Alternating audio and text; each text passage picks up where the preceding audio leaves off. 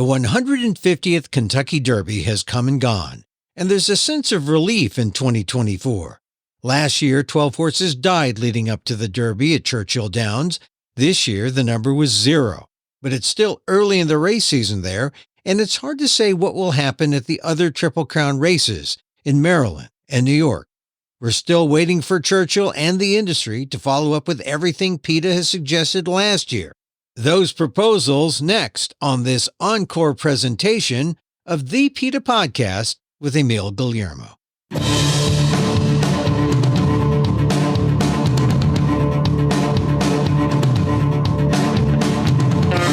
Welcome to the PETA Podcast. I'm Emil, Guillermo, your host for this inside look at animal rights, brought to you by PETA, the largest animal rights organization in the world. On today's episode, an emergency summit of HISA, the Horse Racing Integrity and Safety Authority, the new federal regulators of the sport. They convened at Churchill Downs in Kentucky, all after 12 horses died there, including one set to run in the Kentucky Derby. PETA wrote HISA earlier in May when the death toll was at 2. The letter had specific recommendations that HISA now seems to be taking to heart, and it could include shutting down Churchill until it's safe to race. Here's Kathy Guillermo, who heads PETA's horse racing department, on the PETA Podcast. The first death at Churchill Downs came the week before the Kentucky Derby. And at the second death, a few days later, PETA requested that Churchill Downs close the track, get to the bottom of why these deaths were occurring, and take actions to prevent them. Churchill Downs didn't do that. And now, in the last month, there have been 12 horses who have died. And this is something that can't carry on anymore. And fortunately, we've been able to keep it in the news. People agree with us. The coverage is all about the deaths and what's going to be done. Then on Preakness Day, 2 weeks after the Kentucky Derby, one horse died, not during the Preakness Stakes, but in an earlier race. And that focused yet more attention on the fact that at the very highest level of horse racing, horses are shattering their bones on the track and being euthanized. So give me a sense of context here about the deaths. We've had 12 deaths as we speak. How significant are 12 deaths? I mean, are deaths frequent? Well, let's be very clear about Churchill Downs. Yes, it is the most famous racetrack in America, one of the most famous in the world, home to the most famous race in the world, the Kentucky Derby, but it's been a deadly track for years. Horses have died there year after year after year. Churchill Downs has not been exceedingly transparent about it, hasn't reported publicly on the deaths. But I think what is a bit different right now is that we are talking Triple Crown season. And for those who are unfamiliar with racing, these are the 3 most famous races in America: the Kentucky Derby, the Preakness Stakes, and the Belmont Stakes, beginning with the Kentucky Derby. And when we're talking about more than a dozen deaths in this most famous racing time of year, then yes, this is not something that even horse racing officials can ignore. And we know they're pretty good at ignoring this kind of thing. You know, in the past, when a horse died, it was never really considered a big deal. I mean, it was a loss of life, but it was just considered, well, this is what happens in racing. It's only because PETA began paying attention to the rising number of deaths in places like Los Angeles, where Santa Anita is, specifically in Arcadia, California. And there was that time a few years back when there were, I believe, 30 horse races dead. Now they seem to take it a lot more seriously, and everywhere, not just in LA, but everywhere where there's racing. You know, for years, a horse would die, and it would, if it was a champion horse, it would create some news.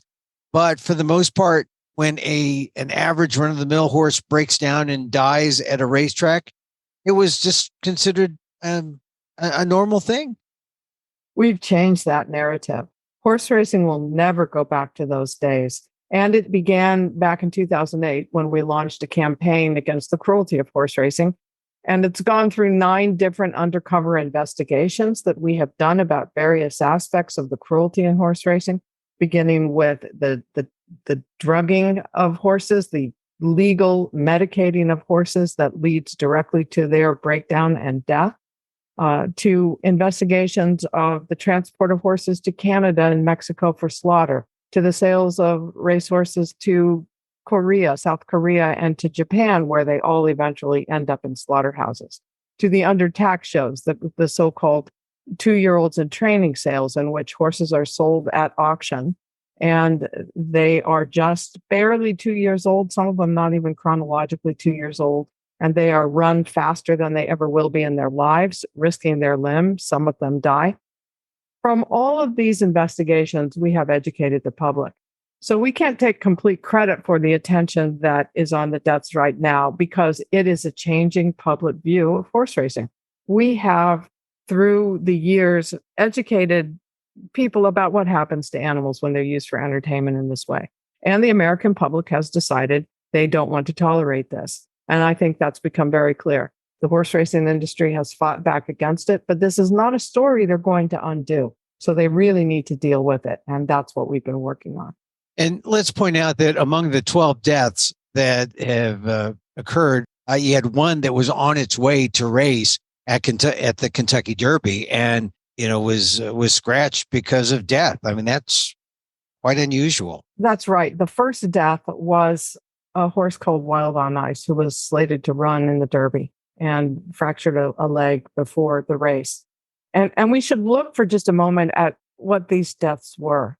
Of these 12 horses who died at Churchill Downs within the last month, there were 2 who collapsed and died for unknown reasons. Not clear what's happened with them.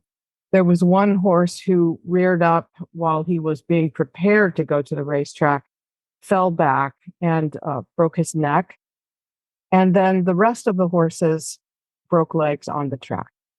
So as usual, we're looking at horses who for some reason were not really ready to run, in our view, that there was something wrong with these horses. And the one that breaks my heart the most is a horse called Lost in Limbo. I mean, every death is a tragedy, because we have to remember this is not a statistic. These are individual horses. And these are horses who cling to their life just as we do to ours. Lost in Limbo raced last week, and we had somebody at the track who was filming the races that day. And this horse escaped before the race. They were trying to load him into the starting gate. He broke away from his handler. He bucked the jockey off his back and he ran. He ran practically the full length of the backstretch of the track trying to get away. And they caught him. And at that point, he should have been removed from the race. That's what typically happens under these circumstances when a horse gets away like that, because they could injure themselves as they're escaping. It's not clear to us that he had any veterinary exam or even a cursory one. And he was put into the starting gate and he was forced to race.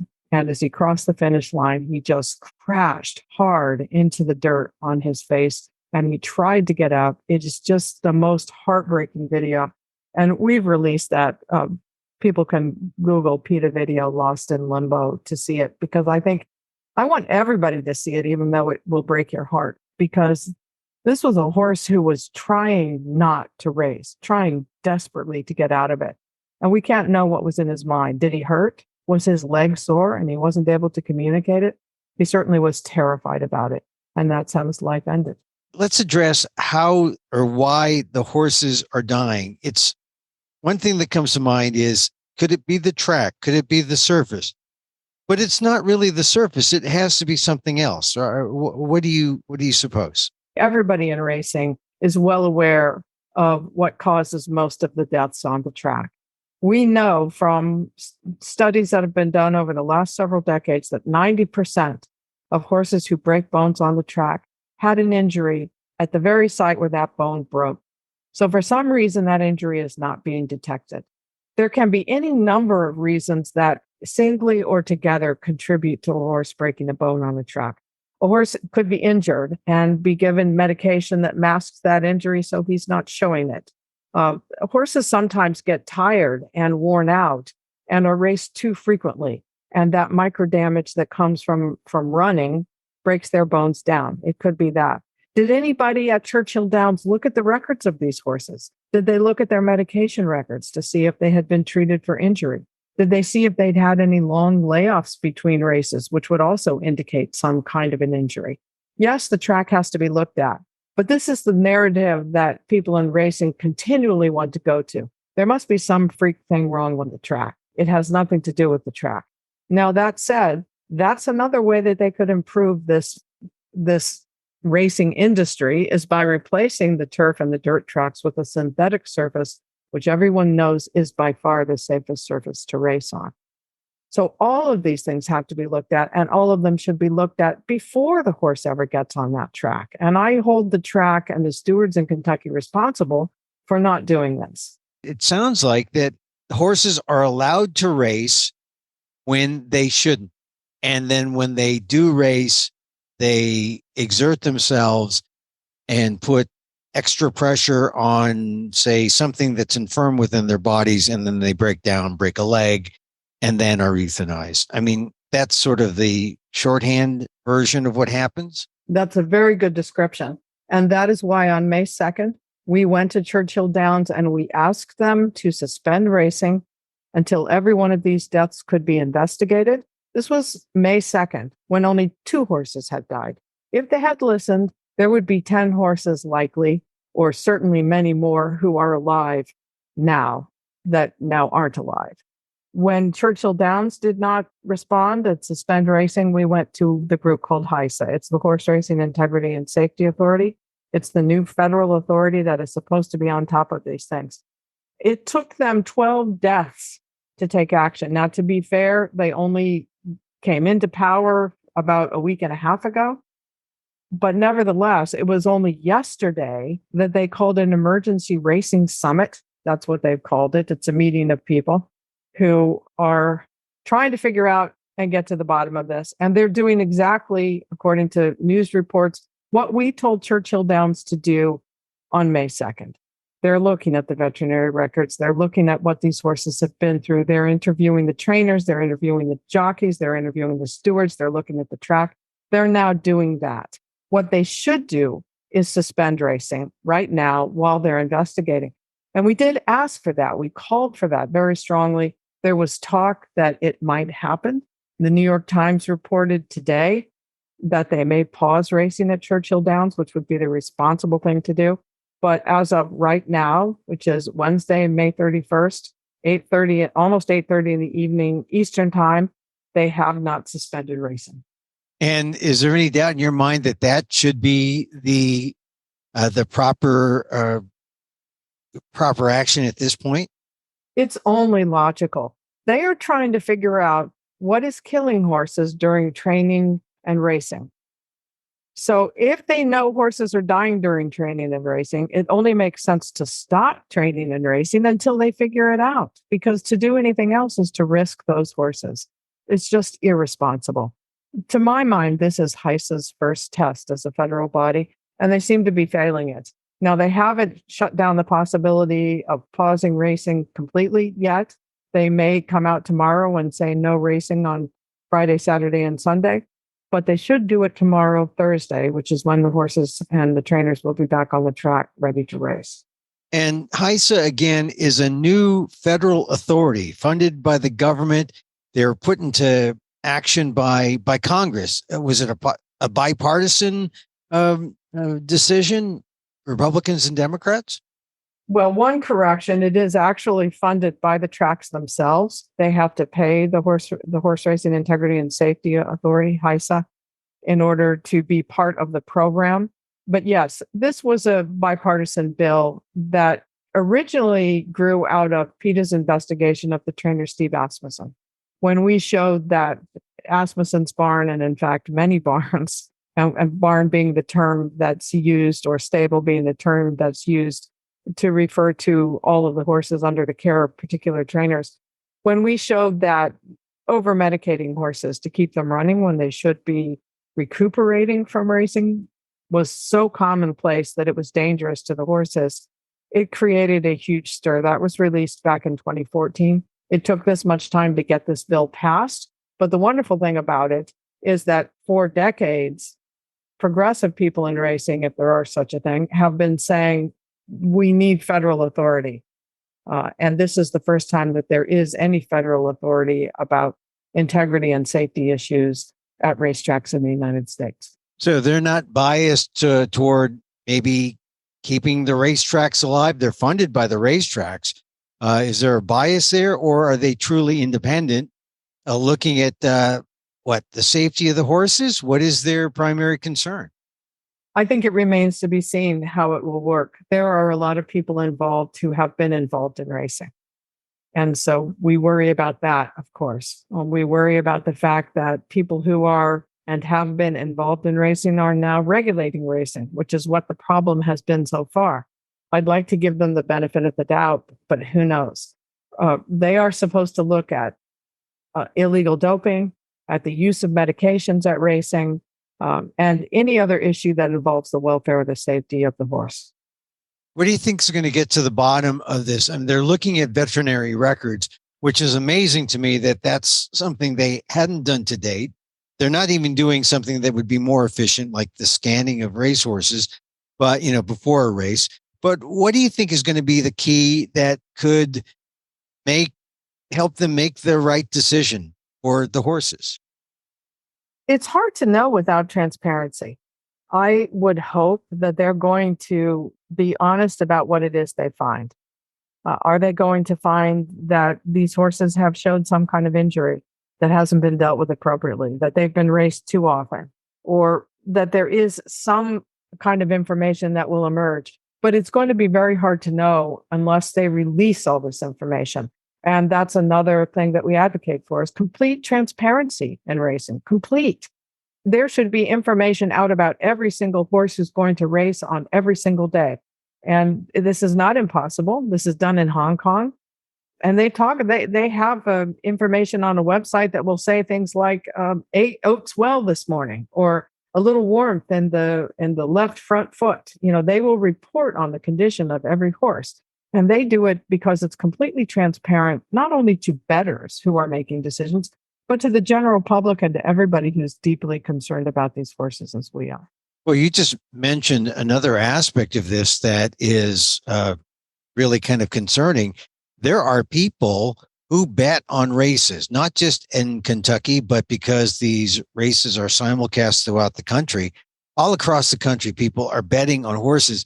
Is it a fair game when horses that shouldn't be running are somehow drugged so that they don't appear infirm and then they're on the racetrack? Is that fair that these horses who are unwell are allowed to run, and then people are allowed to put their hard-earned dollars on these horses in a gambling proposition? Well, let me preface this by saying that there's nothing fair about horse racing. The horse gets no say in it. The horse cannot decide, okay, today's the day that I want to run a race. No, this horse lives in the stall 23 hours out of every 24. These horses are deprived of practically everything that's natural and normal to them. They're herd animals. They want to be with other horses. They want a bit of freedom. Yes, they want to run, but they want to run on their terms. All of the freedom is taken away. So when we talk about fairness, we have to start there. These are not willing participants. You can see a human bicyclist or a swimmer or somebody who risks a certain amount of injury, a football player, for example, where we know that sport can be quite dangerous. Those are all willing participants, and they get paid for what they do. Horses get food and they get a certain amount of care. And when people are done with them, they can get sold at auction and go to slaughter. It's so wrong and so unfair. But back to your question about the bettor, no, it's absolutely not fair. And that's why we worked with one gambler who had bet on a trotting horse, so a horse involved in harness racing as opposed to the thoroughbred racing that we're talking about now, and found out later that the horse had been doped and brought a lawsuit. And he brought a lawsuit against the trainer because ultimately it is the trainer who's responsible and the owner. And that suit was successfully settled in favor of the bettor. And the idea was not to promote betting. What we're trying to say is that this is really wrong in every way what you're doing. And if you're going to drug horses, you're going to pay for it. You're going to pay for it in every way that we can make you pay for it. And one thing you should say, I guess, also about, and I guess one thing you should say about the drugging of horses, it's not necessarily to make them run faster. It's just to get them well enough so that they can go on the track. It's not a matter of they will run fast because of the drugs. It's that they will appear well enough to run, period. That is so often the case, according to the studies that we have read. And many of these studies are out of University of California at Davis, where they do the necropsies or the autopsies on the horses. And that's exactly right. And what we have documented in our investigations is a whole cocktail of medications and various substances given to horses in the weeks leading up to the race, from anti-inflammatories to take away that pain, as you say, so that they can actually get out there and move, to sedatives, because horses are very nervous sometimes. It's not necessarily something they want to do.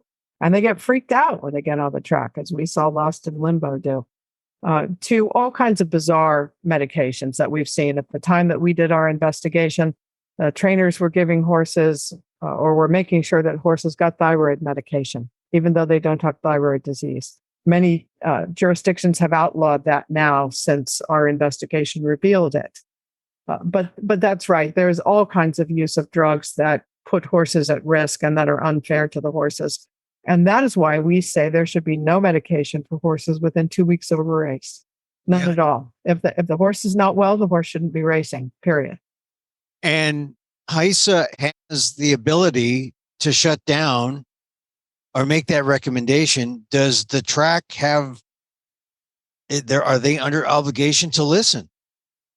Churchill Downs has said it will listen if HISA advises it to shut down.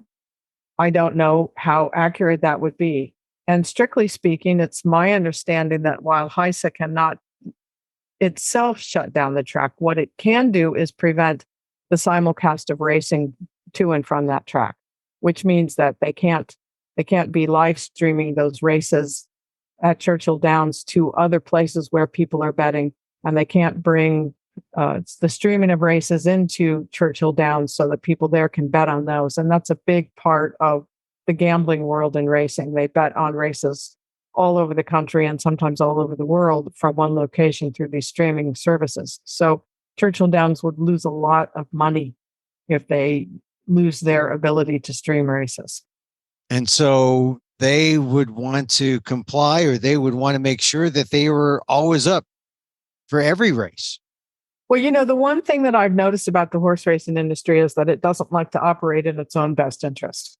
I mean, it would have seemed quite logical to us in the week before the Kentucky Derby that they shut it down and they put in place safety protocols that they apparently have not had in place, shockingly, and get that ready before the Kentucky Derby. That would have been the logical and sensible thing to do. And they perhaps could have avoided most of the scrutiny and scandal, and most importantly, perhaps avoided many of those deaths. They don't want to do what's best for them. They want to do what's going to make them money. Well, people are focused on Kentucky because that's where the deaths are. But there are deaths wherever there are horses running throughout the country. That is the truth about racing. And the scandal about racing is that it's not an anomaly in any way.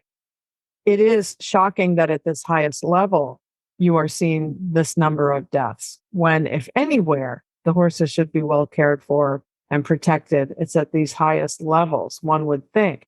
But no, death happens all the time. And we're headed into the Belmont Stakes. That is what's called the third leg of the Triple Crown. The third race is June 10th. And Belmont is one of the deadliest tracks in America. We have gone to the New York Gaming Commission and said, before this Belmont Stakes, please require every owner to have the legs of their horses scanned with the CT imaging equipment, which should reveal many, if not all, of the microdamage and possible pre-existing injuries where these breaks are prone to happen. This seems a perfectly logical solution. The Melbourne Cup in Australia, which is like the Kentucky Derby over there, they started doing this a few years ago because they had scandals with deaths. And the first year that they did it, they took 2 horses out of the race. It was quite controversial, but they had no deaths. There was so much pushback that the next year they didn't do the scans and a horse died. So the following year, they put the scan requirement back in place and they haven't had deaths. So this is entirely logical. And yet, again, racing not acting in its own best interest has refused. We got a letter from the New York State Gaming Commission saying, nope, not going to do that. And you really think that the use of scans prior to the race to either clear a horse for racing or to qualify a horse for racing on the basis of its health, that would curtail the number of deaths we're seeing right now, especially in Kentucky? I think there's no question. And as listeners of this podcast know, we have advocated for many years for the use of the curve beam CT imaging equipment, which is low radiation scanning equipment that the horse can step on. There are no moving parts to frighten the horse. A few minutes later, the horse steps off, and there are three-dimensional scans of all four legs. What we have advocated for is a year-long study of this equipment at a track, which is what it would take to input all the information into the patented software so that the screening of the horses could be done preventatively, not diagnostically, meaning that a horse could go through this, or 50 horses could go through this procedure. The machine itself would spit out the report. So you wouldn't have to have a veterinarian sitting there and reading every single scan that came out. So you could do a high volume of animals, and you could find out exactly what's going on with that animal. And if there was any question of vulnerability, that animal could be prevented from running. It's so entirely logical. And it's my view that the racing industry fights it because they're afraid of how many horses are going to be ruled ineligible to race if they actually take a look at the scans of their legs. Well, we saw at the Kentucky Derby the number of horses who were scratched, as they call it, deemed unfit to run on race day. So how much more if there were scans to actually show people, here's why this horse isn't running. Yes, and avoiding the use of these scans because you don't want to know the information is a pretty sorry excuse for letting horses die. And the fact that there were so many horses who were pulled from races on Kentucky Derby Day, where they have quite a number of races on that day, was an indication of how worried Churchill Downs was that a horse would die.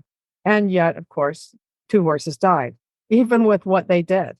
So there can be no excuse for this any longer. It's our view that if even one horse dies in racing, you cannot have racing.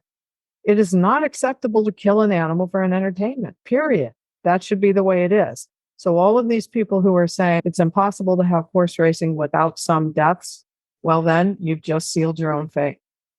It was something to see a horse die on Derby Day and then to hear the announcer say, well, meanwhile, back to Derby Day. That was a little odd. One final question, Kathy. Is HISA prepared to be the heavy here? And would they have the authority to require the CT scans? I think it remains to be seen. This is very much an unknown quantity to me right now. You know, when we did the Asmussen investigation and the legislation was introduced, I think we all had such high hopes. We have to wait and see. I think HISA has a lot of authority and a lot of power and can make change. Are they going to do it? I just don't know. Horse racing is a very political industry.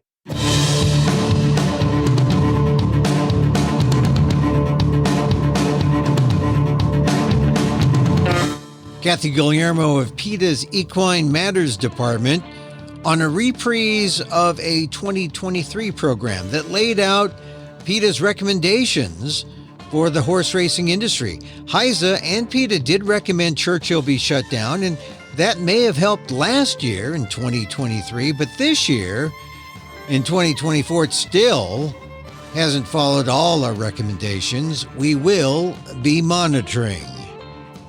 And that's our show for today. Thank you for listening. Don't forget to send a link of this show to your friends. Tell them you liked the PETA podcast.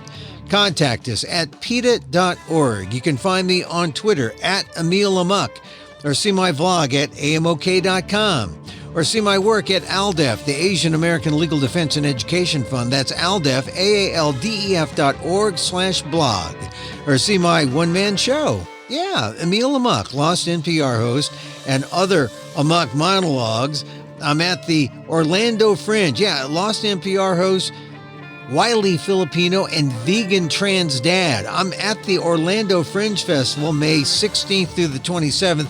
Ticket links at amok.com. And get this podcast on YouTube at Emil Amok 1.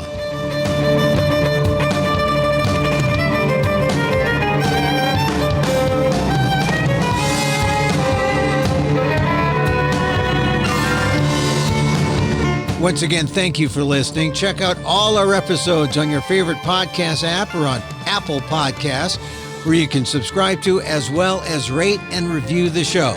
It helps get the word out about the issues you care about. Our music is provided by CarbonWorks. Check them out on YouTube. And join us again next time for more insight into animal rights and the fight for a cruelty-free world on the PETA Podcast. I'm Emil Guillermo.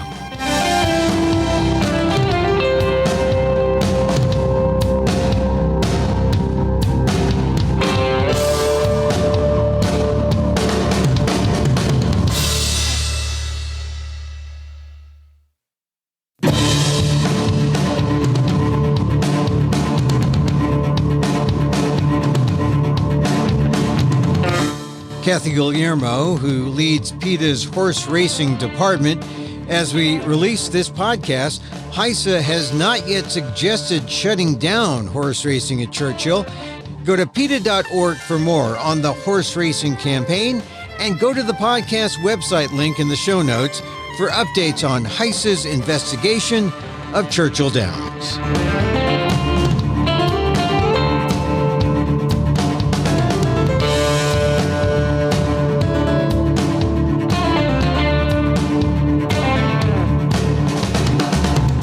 And that's our show for today. Thank you for listening. Don't forget to send a link of this show to your friends. Tell them you like the PETA Podcast. Contact us at PETA.org. You can find me on Twitter at Emil Amok. That's EMILAMOK. Or see my vlog at amok.com. Or see my work at ALDEF, the Asian American Legal Defense and Education Fund. That's ALDEF, AALDEF.org/blog.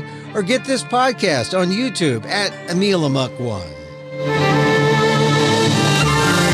Once again, thank you for listening. Check out all our episodes on your favorite podcast app or on Apple Podcasts, where you can subscribe to as well as rate and review the show.